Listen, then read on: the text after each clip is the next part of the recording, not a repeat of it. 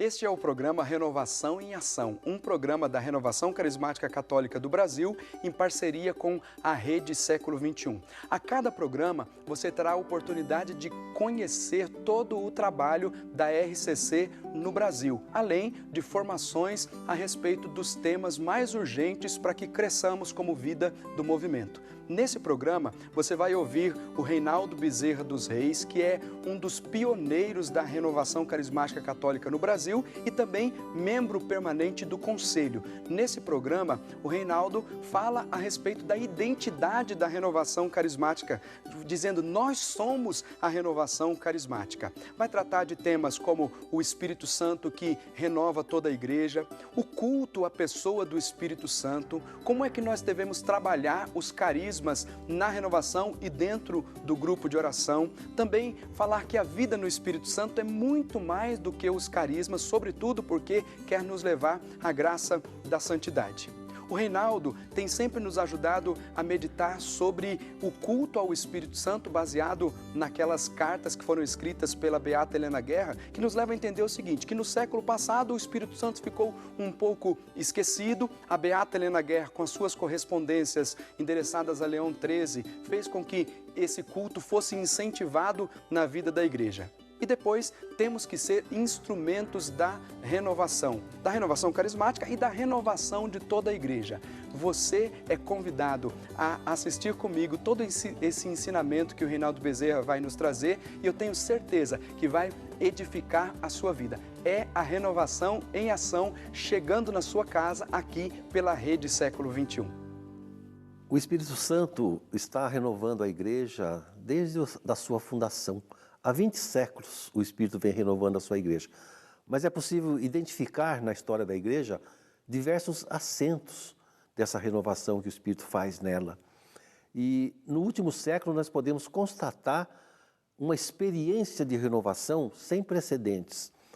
O Espírito Santo suscitou na vida da igreja muitas renovações. Renovação da abordagem sobre a Sagrada Escritura, na vida litúrgica, no pensamento social, na vida missionária, na vida religiosa, na vida presbiteral, muitas renovações.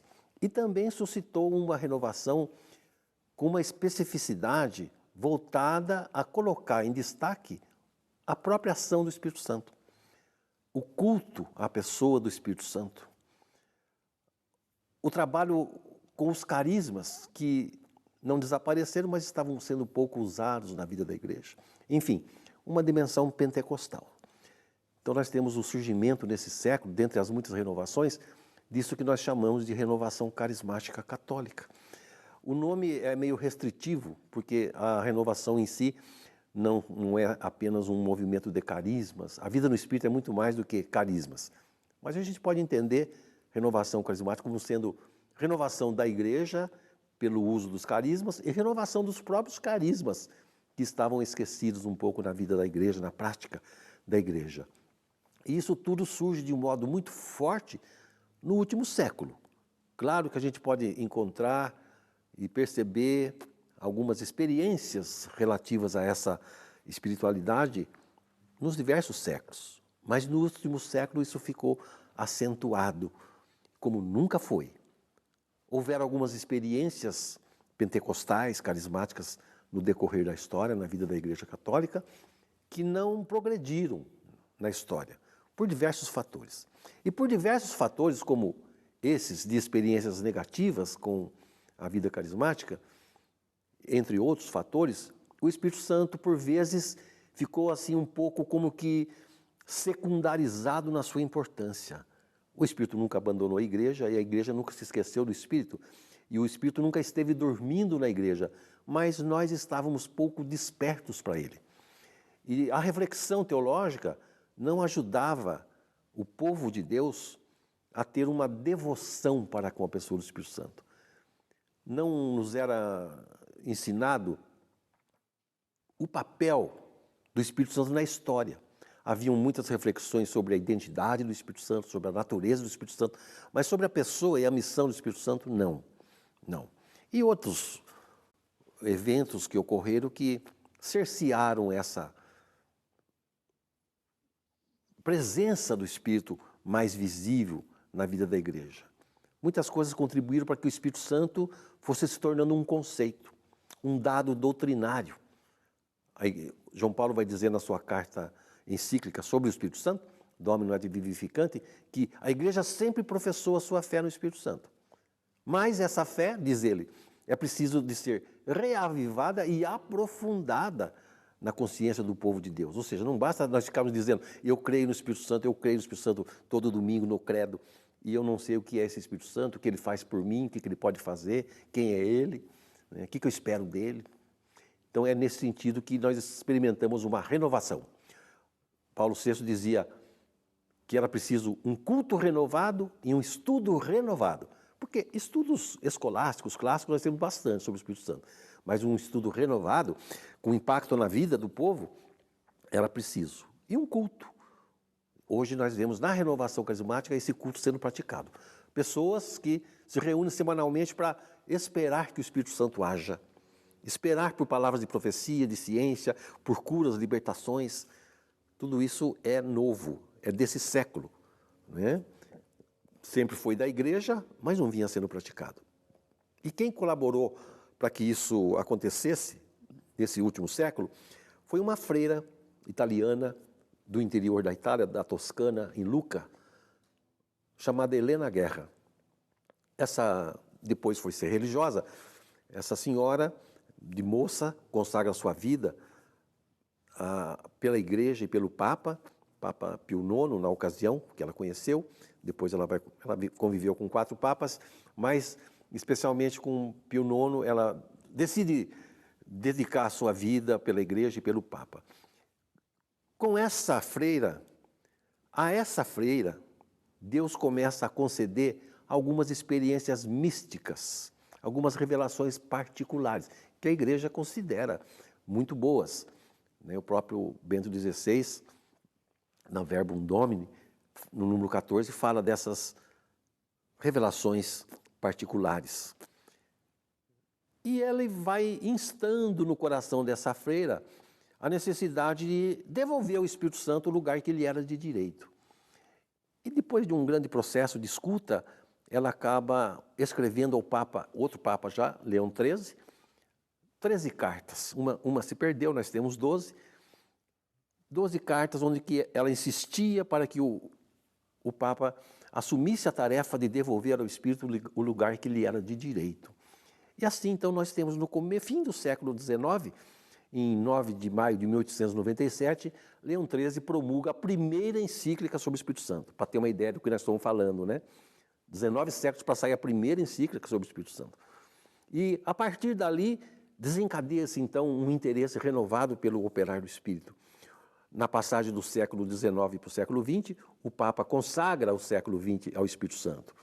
Começa o século entoando um cântico ao Espírito Santo. Vinde, Espírito Criador, veni Creator Spiritus.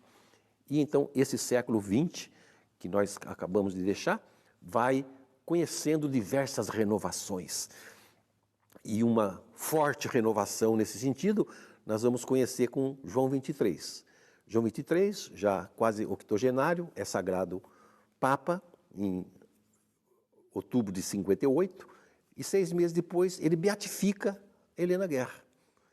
E começa a falar uma linguagem nova na vida da igreja em respeito ao Espírito Santo. Começa a falar que nós precisávamos de um novo Pentecostes e que nós precisávamos de uma efusão contínua do Espírito Santo. Isso são frases de Helena Guerra. Ele convoca o concílio trata do Espírito Santo como nunca se tratou em nenhum concílio anterior, 258 menções. O concílio estabelece os critérios para uma renovação do tipo carismático. O concílio termina em dezembro de 65.